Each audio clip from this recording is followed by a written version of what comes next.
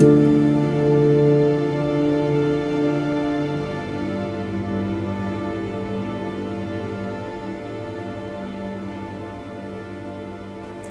I'm Jim Clark, Visual Arts Manager here at Hopkins Center for the Arts. Today we're speaking with Carl Lee about his exhibition, Frost on a Window, Door to Another World, on view now through September 6th, 2025 in the first floor lobby gallery. Carl, welcome. Thanks. Can you tell us about the origins of this series? Yes, it was right after New Year's 2022 that I was in the garage getting out of the car, and I noticed some frost on the window. I don't have that image in here, but it had lines like this on it, a few lines like this, and they had lined up with a tree in the background. And I make little note cards, what you'd call blank cards, and I thought that'd make a good winter card because it's hard getting winter shots, particularly when it's been around 0 degrees out. Sure. And so I went and got the camera, took a couple shots, decided to try a macro lens and just stand back a little so I could get the depth of field I wanted with the shadow, the tree providing the shadow behind the frost, and got a good shot. But while I was out there with the macro, I decided to zoom in a little bit and see what the frost itself looked like, and I was quite surprised that there was more there. And the thing is zooming in with my camera here, it's a 105 macro with a DX lens. I was able to get very close to where the images themselves were probably about the size of a postage stamp on the glass. Mm-hmm. That size or a little smaller. So that's why you don't normally see this stuff when you look at frost, because it's you have to magnify it. So each image is really postage stamp size? Yeah. Wow. Yeah. That's the amount of area of the window that's depicted. Yes. Yeah, because this camera, I referred to it as a super macro camera because it has a macro lens. But Nikon, when they started making digital cameras, people said, well, we want something to use our old lenses on. They said, well, we're working on it. But in the meantime, they decided to introduce the DX, which used the same image chip that their little lightweight autofocus camera used. Their new little digital camera. And so if you can imagine, you have your lens as a circle like this, and generally your frame is like that inside that circle. Well, the frame is actually 50% smaller. The image chip is 50%, so it had what's called a 1.5% cropping factor, which is, in other words, if you take a picture and you decide to crop it down, as you can see, you're getting a lot closer in visually. So, my 105 turned into a 167, I think, is what it turned into. And I used a few of my 55 millimeter, and that was more like an 83 millimeter. So it turned a normal camera lens into a short telephoto, and my portrait lens, also known as a short telephoto, turned into a full telephoto lens that's also macro. So it's a little closer. It'd be more like by using, they're much, much more expensive 200 millimeter macro lens. But I was able to get the camera used here about 4 years ago, and 4 or 5 years ago. Actually, it'd be a couple years before I did the shooting, so year 2000. And been very happy taking pictures because mostly I take pictures of flowers and insects and stuff like that. Anyhow, I'm taking more close-up pictures anyhow. You've always focused on macro photography? I've done a lot of macro photography. Yeah. I mean, when I was working, I was taking pictures of people and stuff like that. Mm-hmm. Carl, for folks that don't know, and a lot of us are getting more into photography through our phones, and the phone cameras are getting better and better, and they have more flexibility, and so some of these terms start to seep into more vernacular usage. But macro, what does macro mean?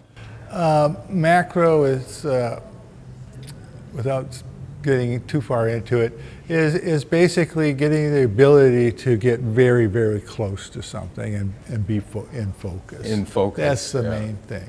And one of the things that a macro lens provides you is essentially greater depth of field than you would get if you were just using a standard lens, so getting close up. Now, for shots that I wanted more depth of field, in other words, I wanted to see more of the background than what's right there on the glass, I used a 55 millimeter. And even though, like I say, it turned into like a 80 some millimeter, it gave you more background. In this image here, I took this image because I wanted to get more of the background in so people get a feel for where I was taking the picture from. I mean, I was taking it from all these pictures from the garage window, but there's a deck out there that has red posts and rail, and there are boxwoods here that had snow on them, and that had snow on them. And so using the 55 millimeter, I would get more of the background. And I did the same thing on I have a couple pairs of sundown, sunset pictures, and you see more trees and that kind of thing in the background. And that's when I use the shorter lens. And you were talking about the size of the image sensor. So you're using a digital camera.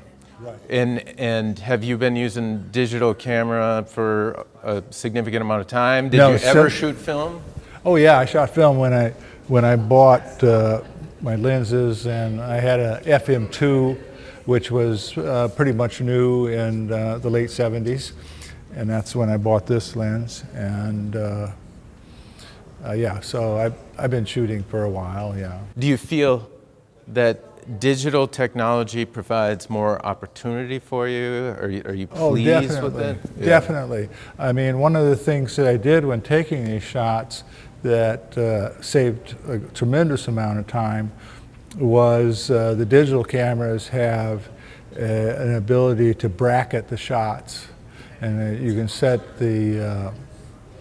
so that you can be a plus a stop or minus a stop or whatever you want. I did minus 2/3 of a stop up, 2/3 of a stop down, so that when I was looking at the images, I had three to look at, and whichever one gave me the most, that's the one I used.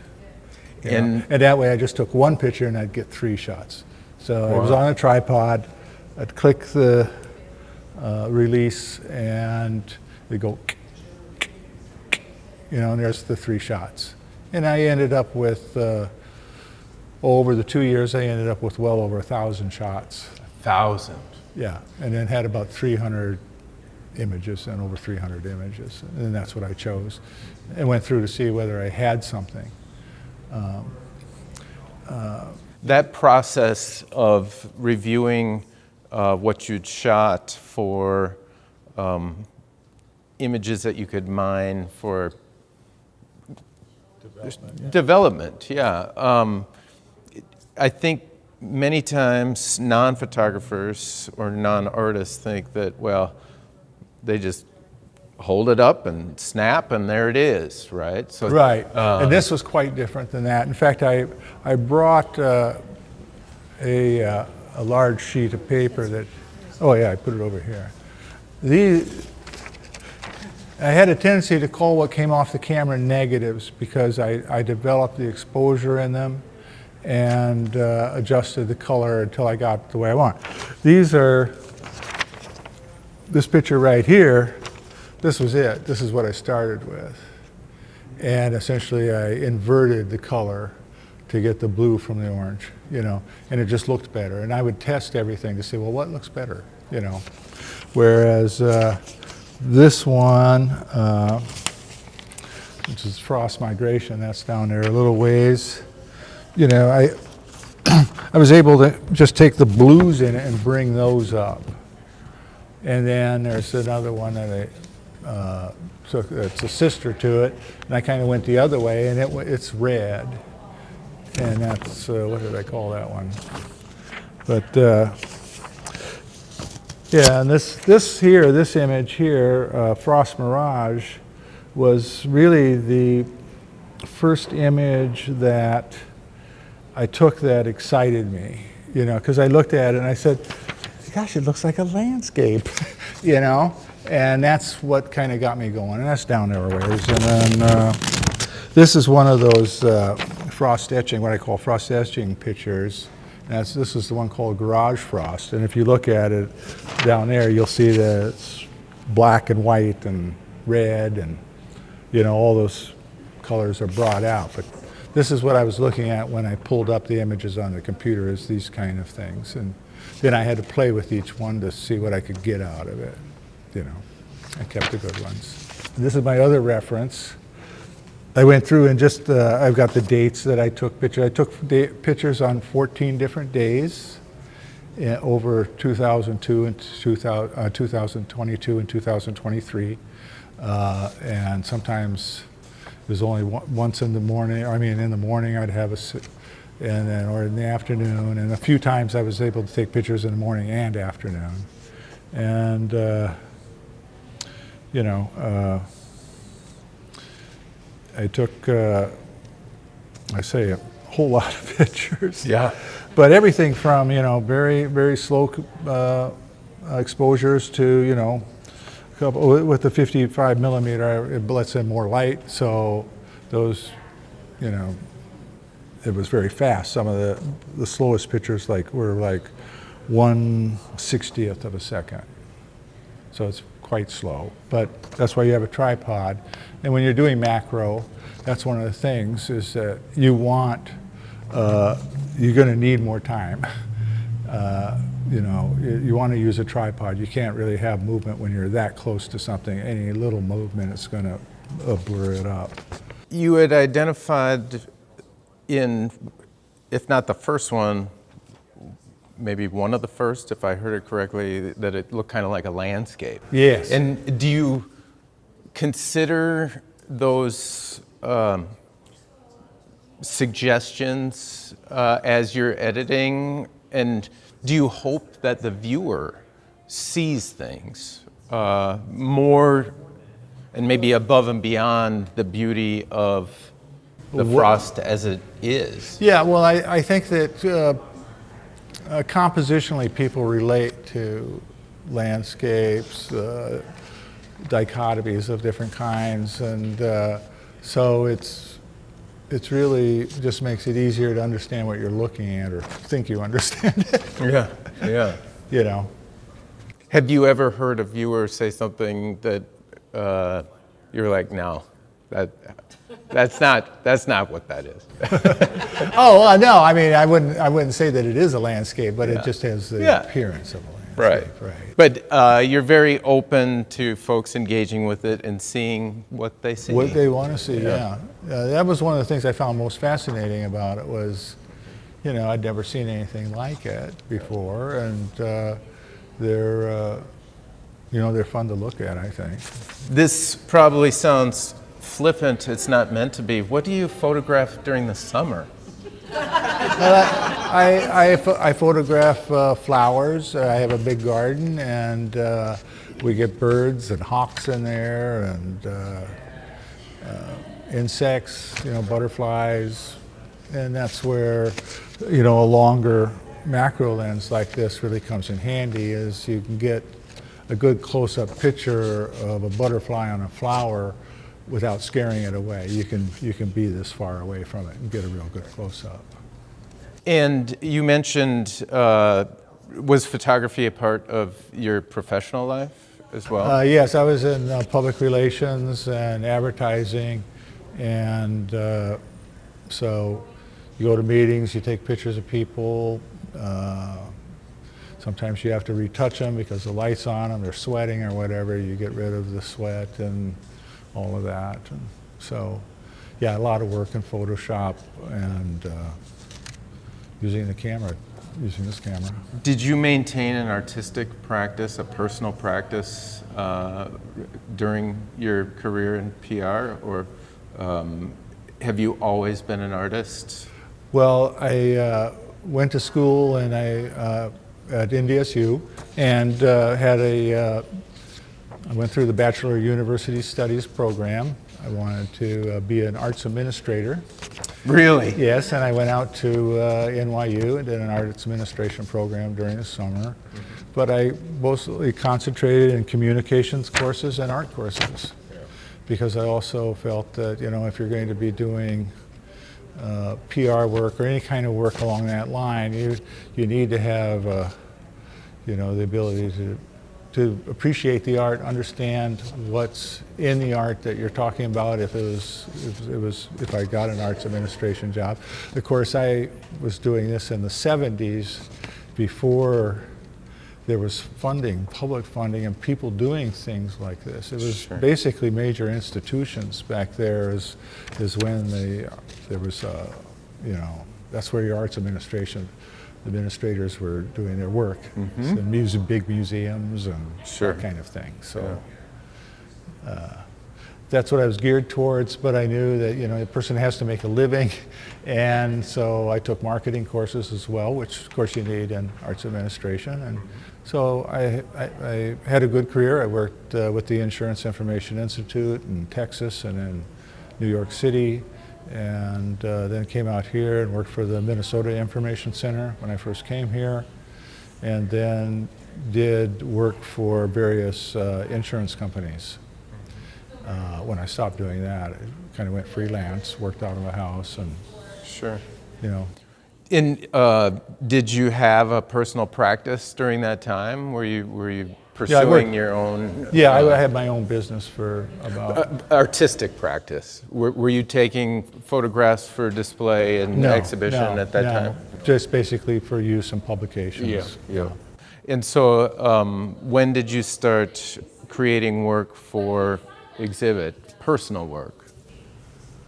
Well, I've always enjoyed taking pictures and having photos, but as far as sharing them, I've entered a couple group exhibitions of where it was, you know, a picture of a hawk or that kind of thing. You know, wildlife kind of show. But in a couple of those, but just a couple. Sure.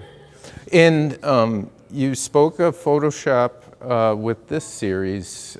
Is that the main or only application that you use? Artistically, yeah. But yeah, not Lightroom or? I tried that Lightbox or Lightroom or whatever it's called. I didn't like it. Not for you. And you would use Photoshop in your career. Yeah. So you were already fluent in that. Right. So I had used Photoshop since it came out. Yeah. Not to age myself too much. I remember when Photoshop came out as well. You're okay, I think. You're okay, I'm okay. Yeah. As far as the amount of post-production, we'll say, you take the shot and then you're tweaking. Is that proportionally, is that half the work, more than half? Oh, it's definitely more than half working in front of the computer. There was only a couple shots where I brought it into the computer and I just maybe had to make one adjustment. One of those shots is, where is it? It's flying window frost. All I had to do was adjust the contrast. You know, and if this one would have worked out, I have this. I'll pass this around. These are the negative type shots that I took, and as you can see, this one looked practically ready to go when that first one. This one looked, except that the color didn't work out when I printed it. So it's not a formula. You don't just drop it in, hit a button, run a script, and have it do the same thing every time. You're moving sliders, tweaking and responding. Yeah, mostly exposure and the tools that are in image adjustments under Photoshop, and that's exposure, contrast, hue, saturation, brightness, you know. And you just tweak it until you get it, and sometimes you don't get it. Sometimes you don't get the picture. It's just, you know, just too far out of reach. There's one that gets away. You just, no matter how much tweaking. I you know, on some of these, I spent, you know, a couple hours working on them. then nothing happens. Didn't pan out. Yeah, just can't get it right. As far as the cropping, all the images in this show, but for one, are horizontal. And so aspect ratio is one thing, but cropping, are these pretty much full image? These are pretty much full frame. Okay. Yeah, I mean, on the 18 by 22s, maybe had to take off a 1/4 inch, 1/2 inch off the top or bottom. Sure. Then on the... To tighten up the composition? Yeah, just so that it looked good, kind of matted. But yeah, sometimes there was just stuff on the picture that didn't that didn't look that good. Like, it was a lot of playing around with them, you know, to see what would... Because Photoshop has just so many tools that you can use. I mean, it's just really quite an amazing program, and I didn't see any need to go to something more complicated. Sure, sure. Are you still developing this series, or have you mined it to its full extent for you? No, I had probably a dozen more images that I could have had in the show. But will you shoot this coming winter, for instance? Yes, I'll shoot. You know, I was very sad the last 2 years there was no frost to shoot. Is that right? Yeah, there was no frost. Just, you know, because the frost and the frost requires, well, one, it's a single pane window. You really need that to have window frost. Or a broken double pane. But yeah, I just used the one window in the garage for all these shots, and I used the 3 different panes, but the humidity, it's the amount of water vapor that's attracted to the glass and sticks.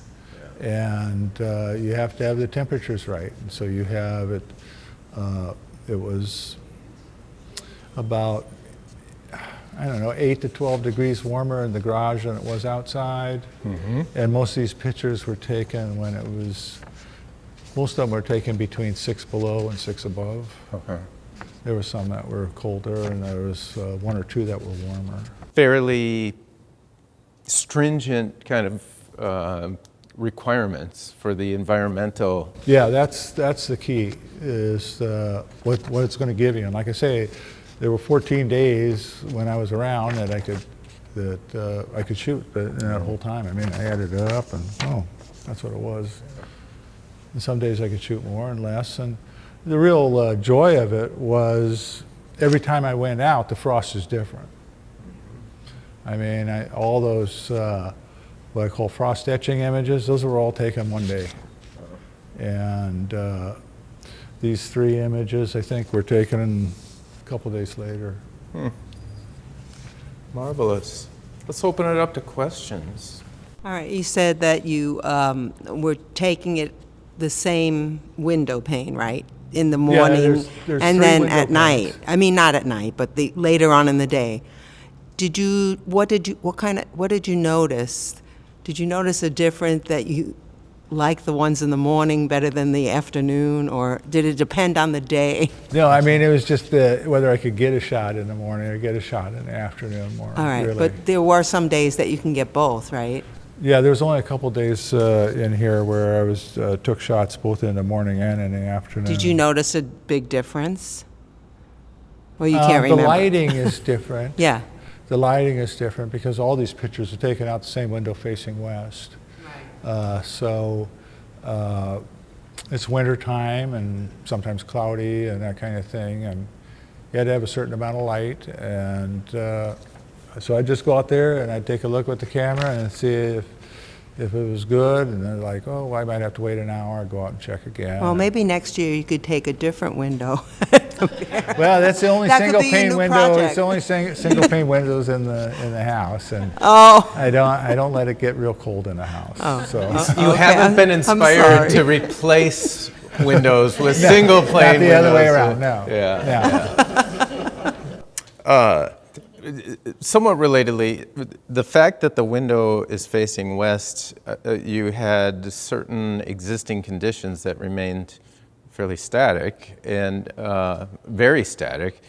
And I know that you employed some trickery, and we'll put that in quotes because it's just expressive creative license, to give the impression of sunrise and sunset. Yeah, And those yeah. sunrise, sunset pictures, you'll notice that the sun is rising in the east and going down in the west. But that's just because I flipped the image. And there's one image, radioactive frost, where I flipped the colors, reversed the colors. So where what's orange was blue and what was black was white, and it didn't look that great. And this one, as you see on that sheet, if you passed it around, was also reversed, But that was the limit of the tricks. Otherwise, I was basically just trying to get the best possible image, And as far as retouching or coloring, all those were basically universal changes. You're adjusting the entire exposure, you're changing the color spectrum of the entire picture all at once. I didn't paint any particular areas.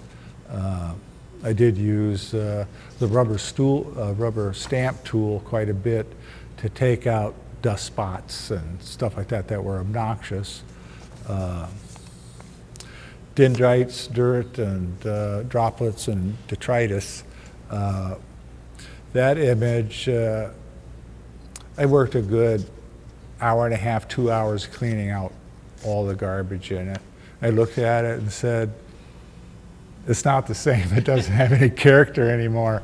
So I just went back to the original image and didn't clean anything on that one. So I'm curious about your perspective on composition. Do you search around to find the composition? Yes, or? because that's about all I can see. I mean, Okay. if you look at those, you can. There's enough data that I could say, oh, that's a decent composition. And I could see that just looking at the raw frost. So you do that through the lens or with your Yeah, bare I'm eye? just looking through the lens. Do you ever do anything to manipulate the frost in some way? No. I mean, you don't have to admit if that's No, not. there was no way. No, you can't really, once I was taking a picture and I got too close with the lens and I scratched it, so that shot went away. Right. So no, there was no real tricks in it, as far as changing something or painting something in. That would be too difficult, really. What principles of composition are you looking for through the lens to figure out this is the correct composition? Oh, I look for balance, left-right balance, up-down balance. I usually try to have more weight at the bottom because that's how we kind of see our world. Mm-hmm. That's why I say the landscape thing was a real driver on a lot of these images. And as you see, I kind of keep the quote horizon line in the lower half of the picture. Are there any precautions that a person needs to take for safeguarding the lens, say, in very cold weather?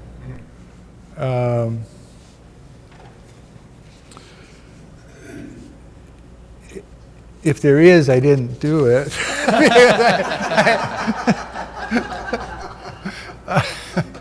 I mean, these